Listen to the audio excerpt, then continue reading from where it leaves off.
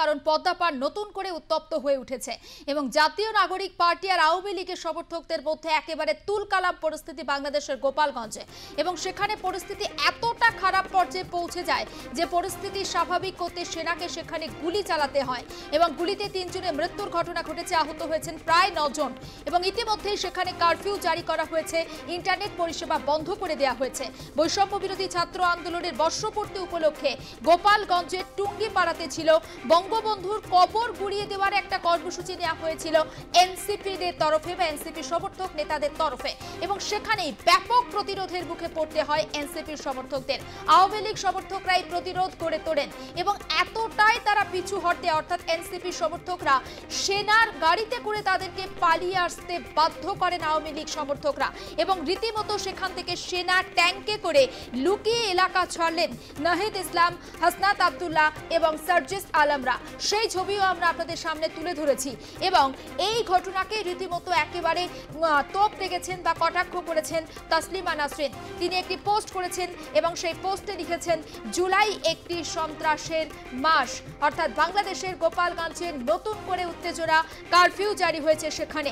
বৈষম্য বিরোধী ছাত্র আন্দোলনের বর্ষপূর্তি উপলক্ষে গোপালগঞ্জের টুঙ্গিপাড়ায় বঙ্গবন্ধুর কবর গুড়িয়ে দেওয়ার কর্মসূচি নেওয়া হয়েছিল এনসিপির তরফে এবং সেখানেই কিন্তু এনসিপিকে ব্যাপক প্রতিহতের সম্মুখীন হতে হয় আওয়ামী লীগ সমর্থকদের।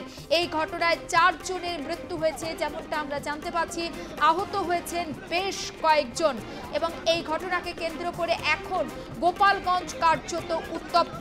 এর আগে আমরা ধানমন্ডিতে দেখেছি বঙ্গবন্ধুর বাসস্থান কার্যত গুড়িয়ে দেয় সেখানকার যারা আওয়ামী লীগের বিরোধী তারা, আর এবার টুঙ্গিপাড়ায় বঙ্গবন্ধুর কবর গুড়িয়ে দেওয়ার কর্মসূচি নেওয়া হয়েছিল ছাত্রলীগের বর্ষপূর্তি উপলক্ষে আর সেখানেই কিন্তু ব্যাপক প্রতিরোধ করে তোলেন আওয়ামী লীগ সমর্থকরা, কার্যত পিছু হটতে বাধ্য করেন এনসিপি সমর্থকদের এবং সেনার ট্যাঙ্কে করে লুকিয়ে এলাকা ছাড়লেন নাহিদ, হাসনাত, সার্জিসরা। আমরা কথা বলবো আন্তর্জাতিক সম্পর্ক বিশেষজ্ঞ রাজাগোপাল ধর চক্রবর্তী রয়েছেন আমাদের সঙ্গে টেলিফোন লাইনে। রাজাগোপাল বাবু, নতুন করে উত্তপ্ত বাংলাদেশ, বিশেষ করে গোপালগঞ্জ। আমরা দেখতে পাচ্ছি গোপালগঞ্জের টুঙ্গিপাড়ায় বঙ্গবন্ধুর কবর ভাঙার কর্মসূচি নেওয়া হয়েছিল এনসিপির তরফে, ব্যাপক প্রতিরোধ সেখানে আওয়ামী লীগ সমর্থকদের, সবটা নিয়ে আপনার পর্যবেক্ষণ। সেটা হচ্ছে একতরফা, সেখানে সরকার এবং সরকারের তরফে পুলিশ, মিলিটারি এবং সরকারি লোকজন, সরকারি শাসক দল পরবর্তীকালে তৈরি হয়েছিল যেটা এনসিপি।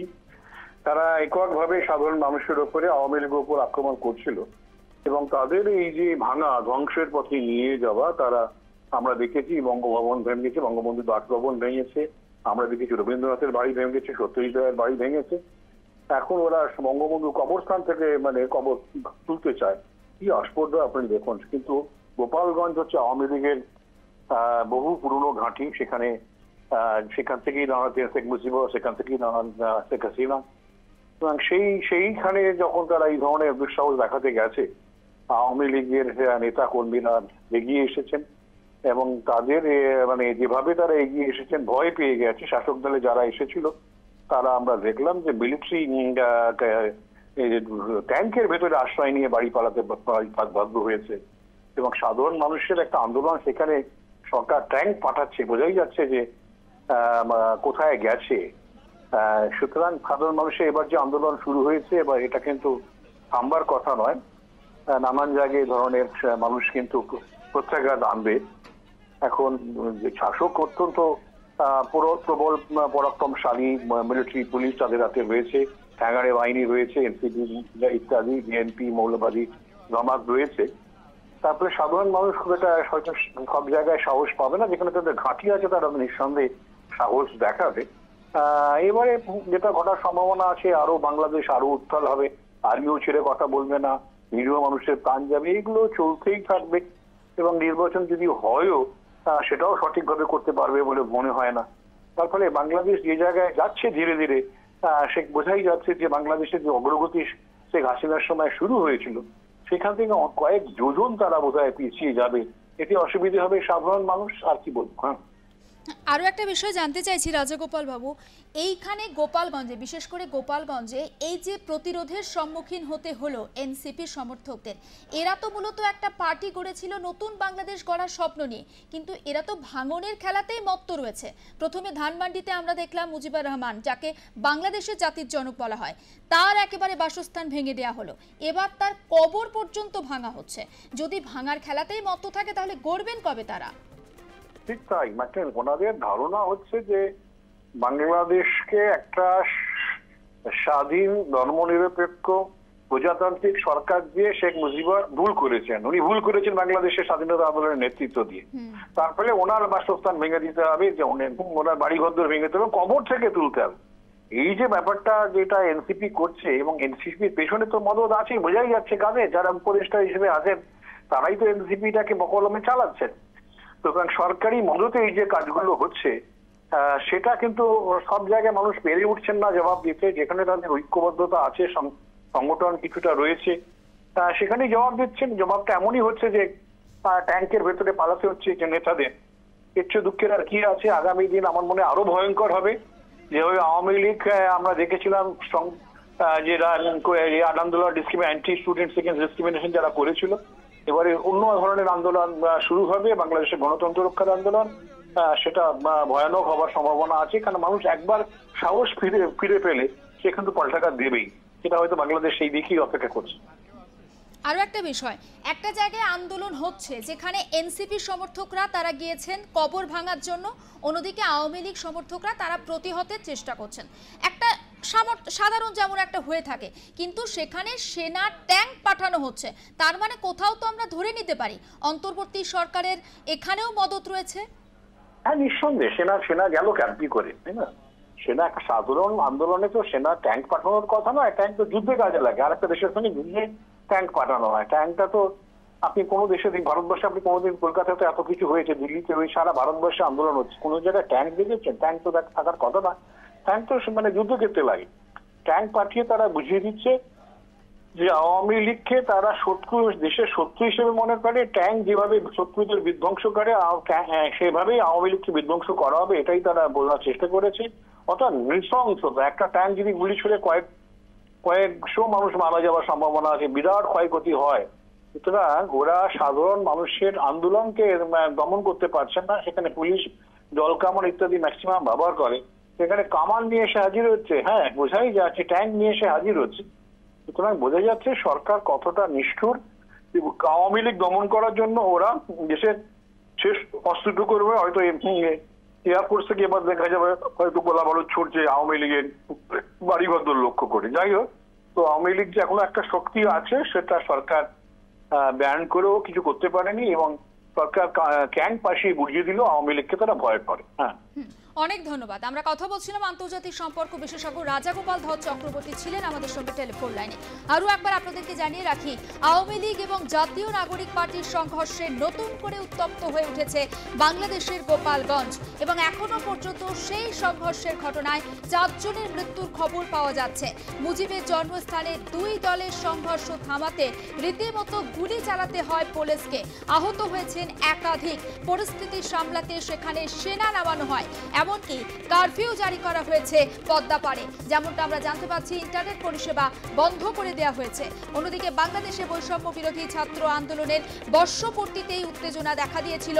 বঙ্গবন্ধুর কবর গুড়িয়ে দেওয়ার পরিকল্পনা নেওয়া হয় এনসিপির তরফ থেকে, আর পাল্টা কিন্তু এবার পথে নামলো আওয়ামী লীগ সমর্থকরা, এবং তারা আরও একবার বুঝিয়ে দিল যে যতই তাদেরকে বাংলাদেশে ব্যান করা হোক না কেন, আওয়ামী লীগ যে কোনোভাবে ধুয়ে মুছে সাফ হয়ে যায়নি। অন্তত গোপালগঞ্জের এই ঘটনা আরও একবার সেটা প্রমাণ করলো, এবং আওয়ামী লীগ সমর্থকরা এতটাই প্রতিহত করেছেন বা এনসিপি সমর্থকদেরকে এতটা বেগ দিয়েছেন যে রীতিমতো সেনা ট্যাঙ্কে লুকিয়ে সেখান থেকে পালিয়ে আসতে বাধ্য হলেন বা এলাকা ছাড়তে বাধ্য হলেন নাহিদ ইসলাম, হাসনাত আবদুল্লাহ এবং সার্জিস আলমরা। জুলাই একটি সন্ত্রাসের মাস, যেমনটা পোস্ট করেছেন লেখিকা তাসলিমা নাসরিন, এবং তারা যে সেনা ট্যাঙ্কে করে পালিয়ে যাচ্ছেন সেই ছবি নিয়েই কিন্তু পোস্ট করে রয়েছেন তাসলিমা নাসরিন। এবং আমরা দেখেছি যে বাংলাদেশের বিভিন্ন ঘটনাতে বারবার কিন্তু সরব হয়েছেন লেখিকা, এবারেও তার ব্যতিক্রম হলো না। সবটা নিয়ে কিন্তু নতুন করে উত্তপ্ত বাংলাদেশের গোপালগঞ্জ। তবে সব থেকে তাৎপর্যপূর্ণ যেটা, অন্তর্বর্তী সরকারের তরফ থেকে এখনো পর্যন্ত বাংলাদেশের গোপালগঞ্জ যে এতটা উত্তপ্ত হয়েছে, 4 জন সাধারণ নাগরিকের মৃত্যু হয়েছে, অন্তর্বর্তী সরকারের তরফ থেকে এখনো পর্যন্ত কোনো রকম কোনো বিবৃতি দেওয়া হয়নি, কিংবা বাংলাদেশ সেনার তরফ থেকে কোনো রকম কোনো বিবৃতি দেওয়া হয়নি। এমনকি রাস্তাতে টায়ার জ্বালিয়েও সেখানে বিক্ষোভ দেখাতে শুরু করেন সেখানে দুই দলের সমর্থকরা। আওয়ামী লীগ সমর্থকরা তারা যে একেবারে ধুয়ে মুছিয়ে সাফ হয়ে যাননি বাংলাদেশকে, সেটা আরও একবার তারা প্রমাণ করলেন। অর্থাৎ বাংলাদেশের নির্বাচন আদৌ হবে কি হবে না সেটা যখন একটা বড় প্রশ্নের বিষয়, ঠিক এই মুহূর্তে দাঁড়িয়ে আওয়ামী লীগ সমর্থকদের এই ধরনের যে প্রতিহত করার ক্ষমতা নতুন করে হাসিনাকে কি উজ্জীবিত করবে, নাকি এনসিপি সমর্থক কিংবা অন্যান্য যারা রয়েছেন বাংলাদেশের তারাও কিছুটা হলেও ভয় পাচ্ছেন।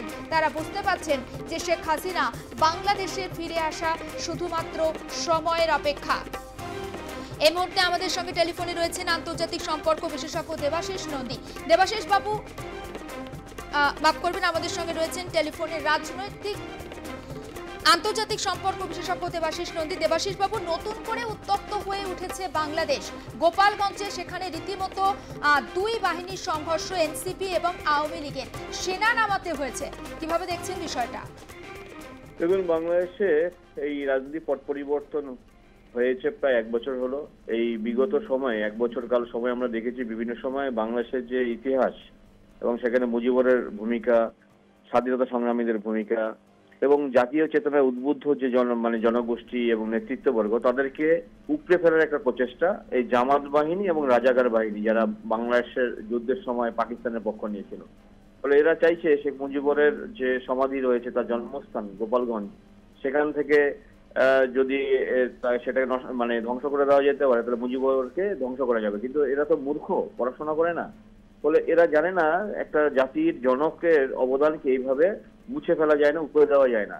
কিন্তু যেহেতু এরা জামাত, যেহেতু র্যাডিক্যাল ফোর্স জামাতের সাথে যারা রয়েছে, তারা না মানে গণতন্ত্র, না মানে যুক্তি, ফলে তারা জানে যে এই ধ্বংসাত্মক প্রক্রিয়ার মধ্য দিয়ে বাংলাদেশের ইতিহাসকে বিকৃত করে নতুন ইতিহাস লিখবে তারা, যে ইতিহাসে মুজিবরের কোনো স্থান থাকবে না, স্বাধীনতা সংগ্রামীদের কোনো স্থান থাকবে না।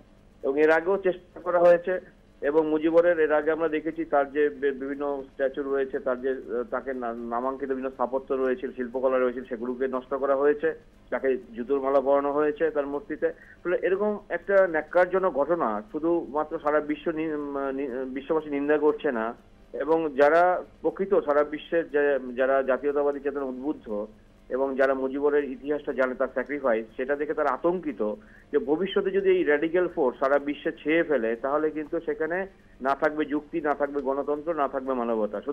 এই ঘটনা শুধুমাত্র বাংলাদেশের পক্ষে উদ্বেগজনক নয়, এই ঘটনা কিন্তু আগামী দিনে সমস্ত দক্ষিণ এশিয়া মানুষের পক্ষে উদ্বেগজনক। কারণ এন্টার দক্ষিণ এশিয়ায় কিন্তু একটা র্যাডিক্যাল ফোর্সের একটা উদ্ভব হয়েছে, মধ্যপ্রাচ্যে তো ছিলই। সুতরাং আগামী দিনে এটাকে যদি নাগরিক সমাজ এবং গণতান্ত্রিকামী মানুষরা এর বিরুদ্ধে রুখে দাঁড়াতে না পারে, তাহলে এই পরিণতি কিন্তু বিশ্বের বিভিন্ন দেশে হতে পারে, দক্ষিণ এশিয়াতে তো বটেই।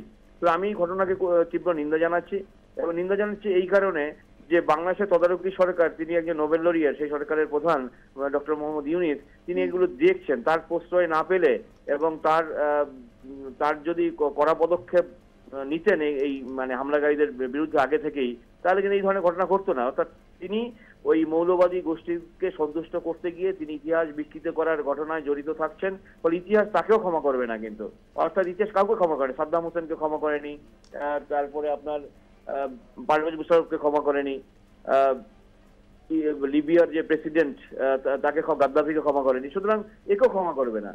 সুতরাং আমার মনে হয় বাংলাদেশের মানুষের উচিত এই অশুভ শক্তির বিরুদ্ধে রুখে দাঁড়ানো, কারণ বাংলাদেশের মানুষের কিন্তু সংগ্রামের ইতিহাস রয়েছে। তারা 1952 সাল দেখেছে, 1969 গণ অভ্যুত্থান দেখেছে, 71 স্বাধীনতা যুদ্ধ দেখেছে, পরবর্তীকালে শাহবাগ মুভমেন্ট দেখেছে, এবং এরশাদের বিরুদ্ধে যে আন্দোলন হয়েছে গণ অভ্যুত্থান 1990 ডিসেম্বর, সেটাও দেখেছে।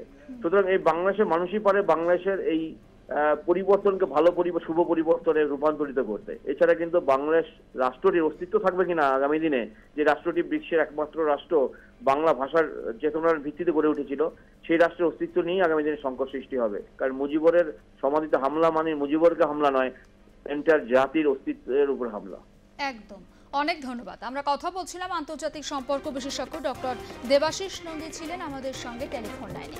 আরও একবার জানাই, আওয়ামী লীগ এবং জাতীয় নাগরিক পার্টির সংঘর্ষে উত্তপ্ত হয়ে উঠেছে নতুন করে বাংলাদেশ, এবং এই বাংলাদেশ উত্তপ্ত হয়ে ওঠার পর একাধিক মহল থেকে একাধিক প্রশ্ন উঠতে শুরু করেছে। ইউনূস কেন এখনো পর্যন্ত চুপ করে রয়েছেন? আমরা একটু আগেই কথা বলছিলাম ডক্টর দেবাশিস নন্দীর সঙ্গে। তিনি বলছিলেন যে ইতিহাস কোনোদিনও কিন্তু যারা অপরাধী তাদেরকে ক্ষমা করেনি, সেক্ষেত্রে ইউনূসকেও কি ইতিহাস ক্ষমা করবে? সেই প্রশ্নও কিন্তু